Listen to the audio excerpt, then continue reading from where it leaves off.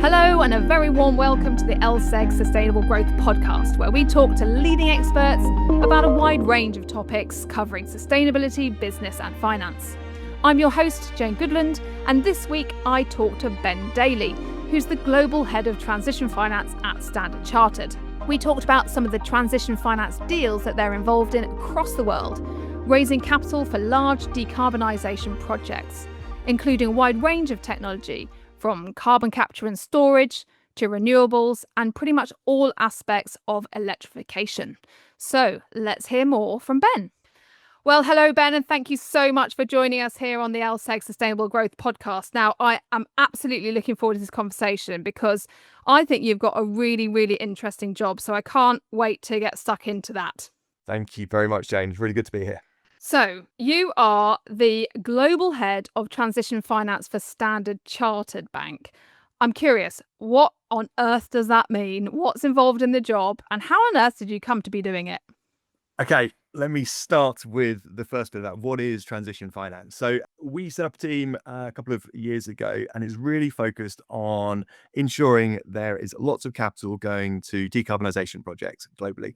So effectively, we're a team of about 12 to 15 people sat between London and Singapore, and we are focused on large-scale infrastructure projects, very much linked to decarbonisation.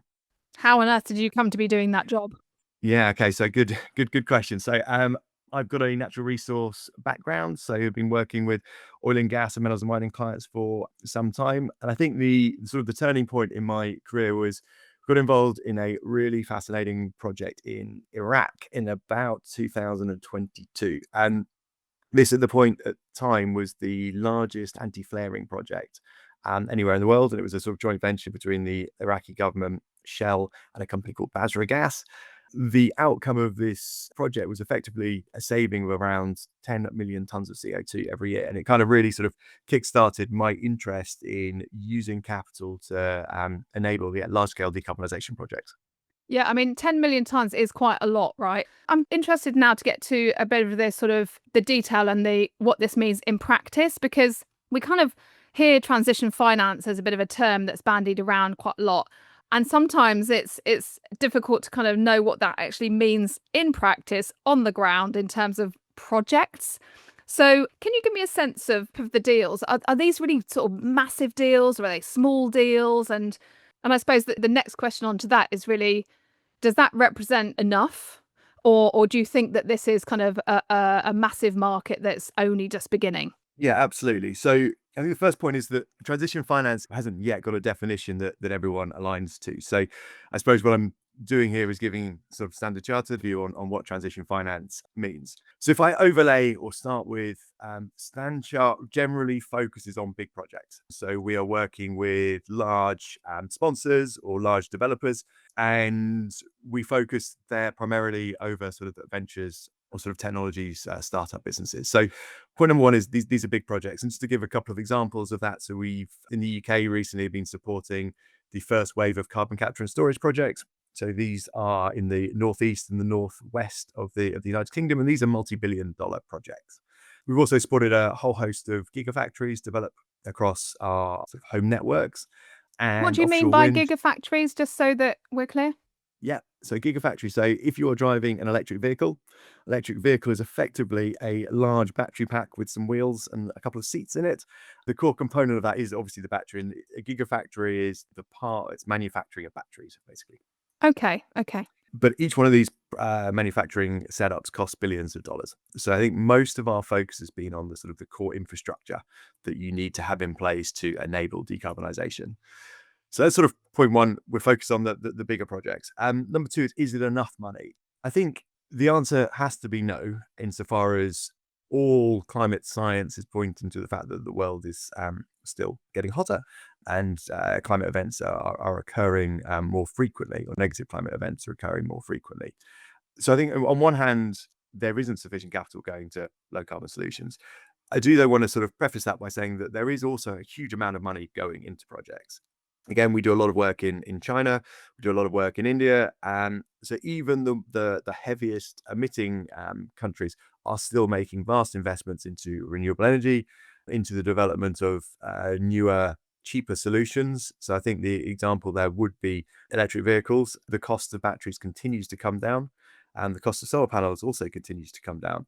So the answer is probably not enough, but there's certainly a lot of capital being invested today. And the IEA figures actually correlate with what you're saying there, because the latest figures are showing that we've got actually kind of more investments going into clean energy than kind of more traditional fossil fuels in 2024, I think it was. So actually, I think we've sort of moved to an interesting point in time with respect to clean energy investment, haven't we? Yeah, so I think there is a lot of investment. I think the underlying demand for fossil fuels is still very strong and will be very strong for probably our lifetimes. I think if you look at, there's still a huge amount of coal used across energy production. Oil and gas is still growing in many parts of the world. So I think this sort of hybrid scenario of renewables increasing, but the actual core demand for fossil fuels not necessarily decreasing, particularly, is something that I think we will be seeing across the energy complex for quite some time. And of course, that reinforces the fact that overall our demand for energy is increasing overall, right? So it's not just a case of changing the energy mix over time. It's about changing the energy mix while also meeting that kind of increased demand for energy overall, right? As we see different countries in the world's energy consumption demand increase. Yeah, and I think that point is sometimes lost when you're looking at numbers that are showing increased investment into renewables or increased adoption of renewables. Often that increase is being used to satisfy the additional demand. It is not yet replacing the legacy oil and gas or even coal power and energy solutions. And I think for a purely or totally decarbonized world, there's still an awfully long way to go. So let's talk a bit more about the variances that we see across the world, because I know that Standard Chartered's involved in deals across many, many markets, which makes you an incredibly interesting firm, I think, because you've got so many perspectives. And we know that kind of energy transition looks different almost in every country that you land in, right? Because there's lots of dynamics at play. How should we be thinking about that in terms of country by country? What are your perspectives of working different markets around the world in your core business around, well, Ben's core business of transition finance? So I think this is kind of one of the most interesting parts of the role is trying to understand and it's not just regional, but sort of country variations in motivation. So to try and sort of give a bit more color around that. So we're working on a sort of sustainable aviation fuel project at the moment in Western Europe. The motivations for that project are primarily regulation.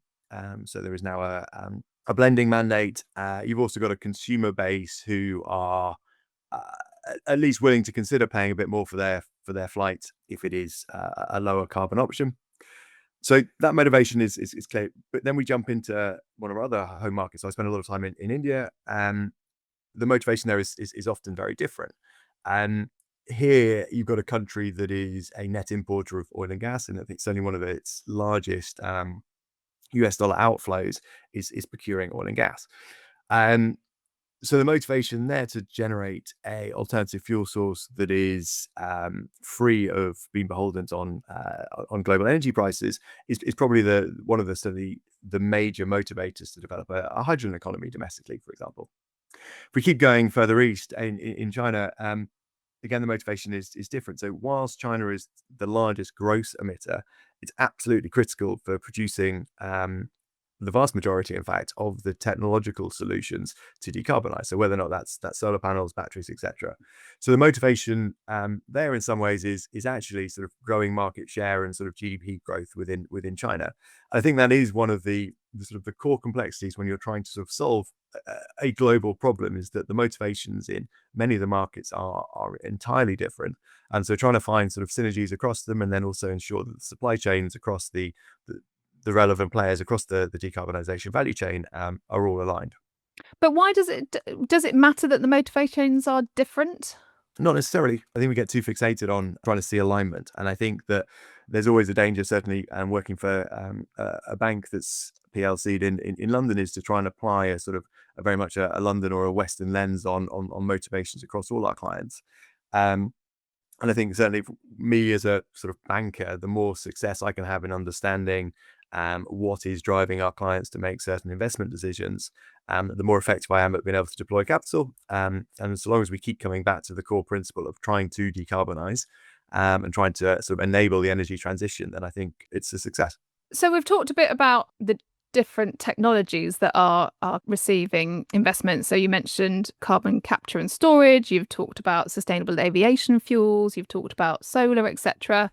I'm thinking, like Ben's at a dinner party and someone asks you, so, like if I was going to put my money somewhere, what's the best technology? There always seems to be this debate about kind of what's the best technology that we could deploy.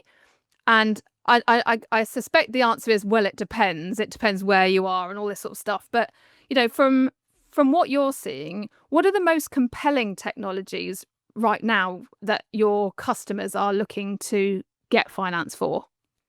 Okay, so I think rather than saying it depends, I think the answer is more that there's no one silver bullet. And so the solution needs to be a hybrid solution and needs to incorporate all sorts of different levers. So that said, the single most important thing I think we could all be doing is driving electrification. And by that, I mean increasing renewable energy, but you can't do that in a silo. You also need to make sure that you've got the grid infrastructure that can support renewable energy. And by that, I mean not just the power cables, but you also need a significant amount of battery storage so that if the sun isn't shining or the wind isn't blowing, there is ample power to go into the grid. That additional sort of storage capacity then really helps making sure that renewables doesn't just sort of support sort of more the retail and the smaller consumers, but actually can also provide a huge amount of power for industrial parks. Electrification then continues into EVs. And I think the whole evolution of auto vehicles from using combustion engines into electric vehicles is, again, just a core thematic that sort of plays back into electrification. And I think that if I had one thing that the world should be focusing on, it's kind of evolving its power mix from sort of coal into renewables, and then making sure that you have all of the infrastructure that allows sort of electrification right the way through the energy complex in different regions. Great. You passed the dinner party test, I think. You get to move on to the main course now. We've talked about some of the projects that are receiving this funding and financing. Let's talk about where the money's coming from. In particular, I'm kind of interested about the relationship between finance that may be raised by private investors, and then also kind of the role of governments, because a lot of what we've been talking about traditionally is really sort of the government's responsibility to think about their energy grid and their kind of energy provision, etc. So help me understand that relationship between private finance, government intervention. And also I'm curious to know, are there any countries that you think seem to be doing that particularly well? Okay, that's a really big question. So Should we break it down then? You can take the first one first. Is what are you seeing between the relationship between government and say private finance? Let's deal with that first. Okay. Well, I'm going to start with even more high level. I think what we've got to try and aim for is sustainable projects. Now, what do I mean by that?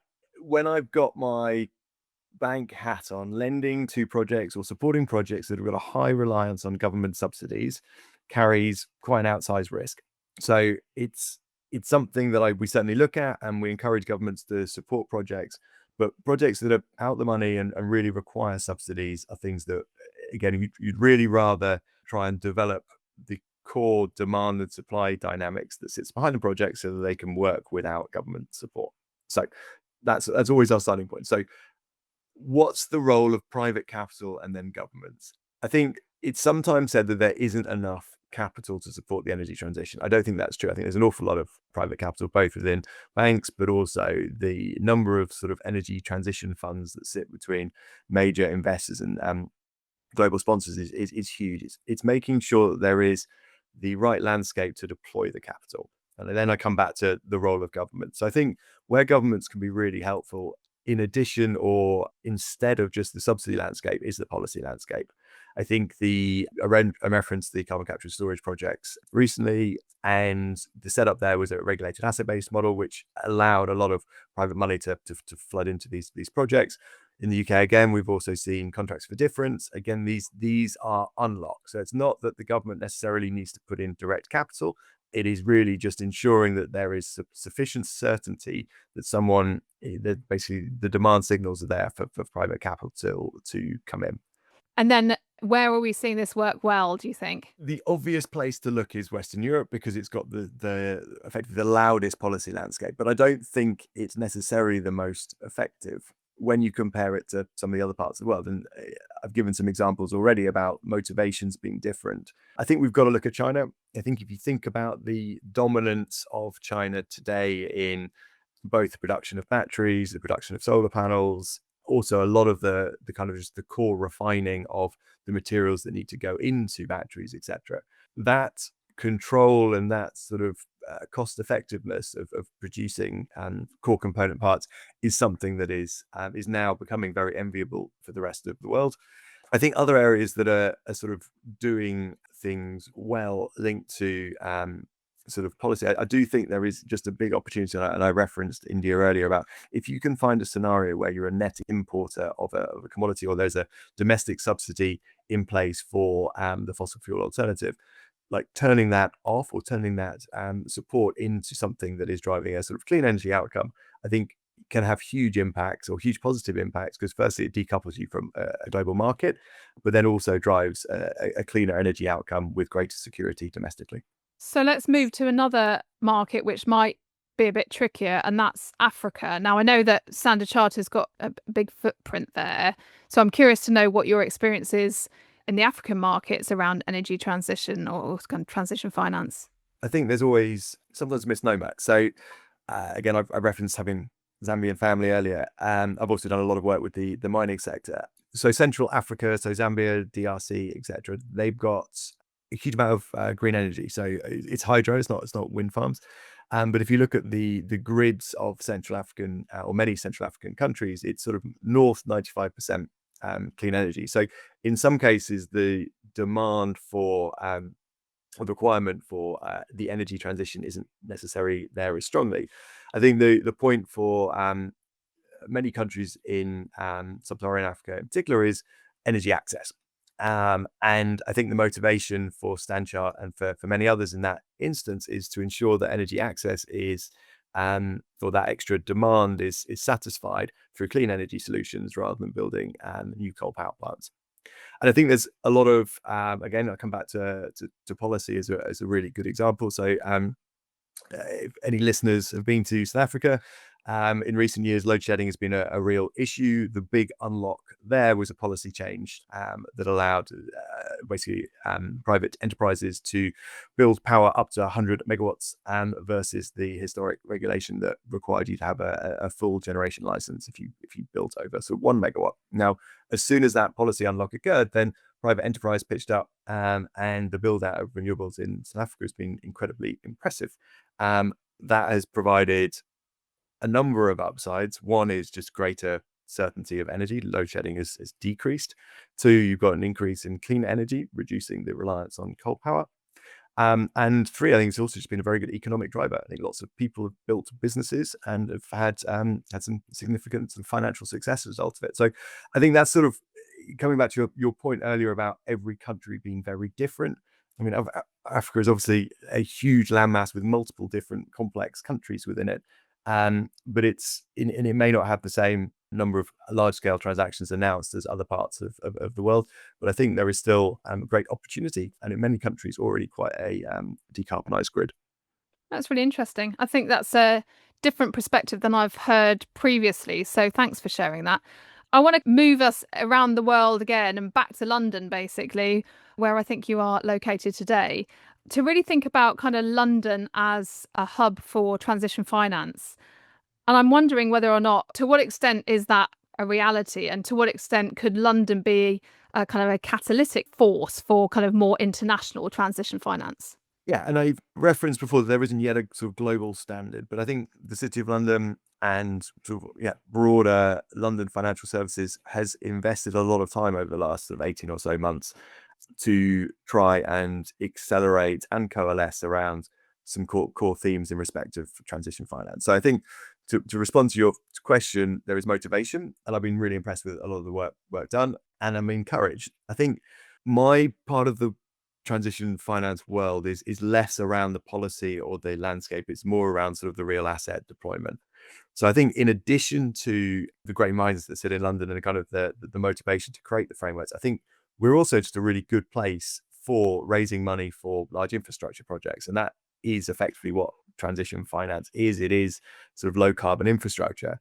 The fact that we have many large banks and treasury centres that sit in London is helpful for the actual deployment of capital. We've also got close proximity to a lot of services that help mitigate the risks.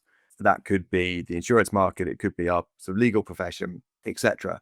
The other piece, and we've spoken maybe less about it today, and partly because I work for a bank, not a financial sponsor, is that there are also a lot of investors and a lot of financial sponsors that sit in London. And we've spoken about countries outside of Western Europe. And I think there is a lot of the organizations that are willing to take risk in Africa or across Southeast Asia or more developing markets also have big presences in London. So I think it feels that there is a real opportunity for London. Whilst, again, we haven't spoken about the venture side of pieces, the research and development, I think that's the other area that the UK will hopefully be able to make strides in. There is just this real need for new technology, new solutions to tackle some of these projects. So London pivoting not just the financial services and the enablement of money, but also the R&D component that sits behind it is the stretch objective, I think, for the UK.